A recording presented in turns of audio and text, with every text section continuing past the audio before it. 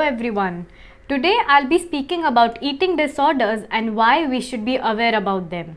To start, let me ask, what are eating disorders? Eating disorders are treatable conditions that affect all aspects of one's wellness, which is physical, psychological, spiritual, financial, social, environmental, as well as body image.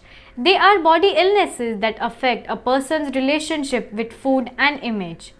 It is important to remember that you cannot tell whether someone has an eating disorder just by looking at them. The sad truth is that those who are obese and suffering from an eating disorder are less likely to receive treatment due to the weight stigma. Next, let's talk about some statistics worldwide. Global eating disorder prevalence increased from 3.4% to 7.8% between 2000 and 2018. 70 million people internationally live with eating disorders. 2% of global population is affected by an eating disorder.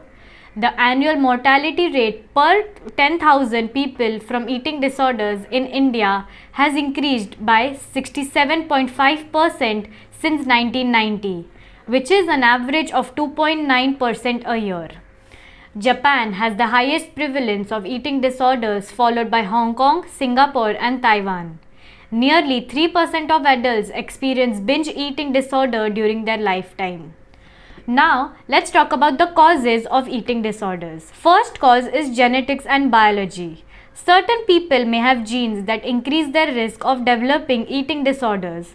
Biological factors such as changes in brain chemicals may play a role in eating disorders. The second cause is psychological and emotional. People with eating disorder may have psychological and emotional problems that contribute to this disorder. They may have low self-esteem, perfectionism, impulsive behavior, and troubled relationships. There are multiple types of eating disorders. The most common are first, binge eating disorder, which is characterized by frequently consuming an unusually large amount of food in one sitting. Second, anorexia nervosa, which is characterized by weight loss or maintenance by extreme dieting, starvation, or too much exercise. This is a serious and potentially life-threatening eating disorder. The third one is bulimia nervosa. This is also a serious and potentially life-threatening eating disorder characterized by a cycle of binge eating followed by some means of purging. This causes drastic and dangerous chemical imbalances in one's body. Now, treatment.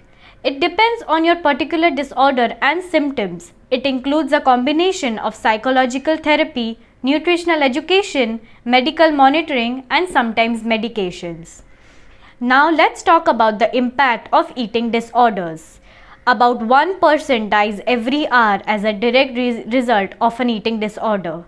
People with anorexia are 56 times more likely to commit suicide than people without an eating disorder. 97% of people hospitalized for an eating disorder have a co-occurring health condition.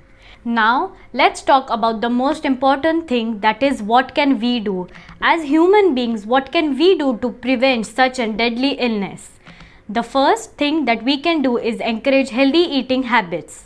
Second, promote a healthy body image. Third, make the choice to challenge the false ideas that thinness and weight loss are great. Fourth, don't judge yourself or anyone based on weight or shape. Fifth, spread awareness related to the issue. Sixth, choose to value yourself based on your goals, accomplishments, talents, and character. And finally, if you think that someone has an eating disorder, express your concern in a caring manner and encourage the person to seek trained professional help.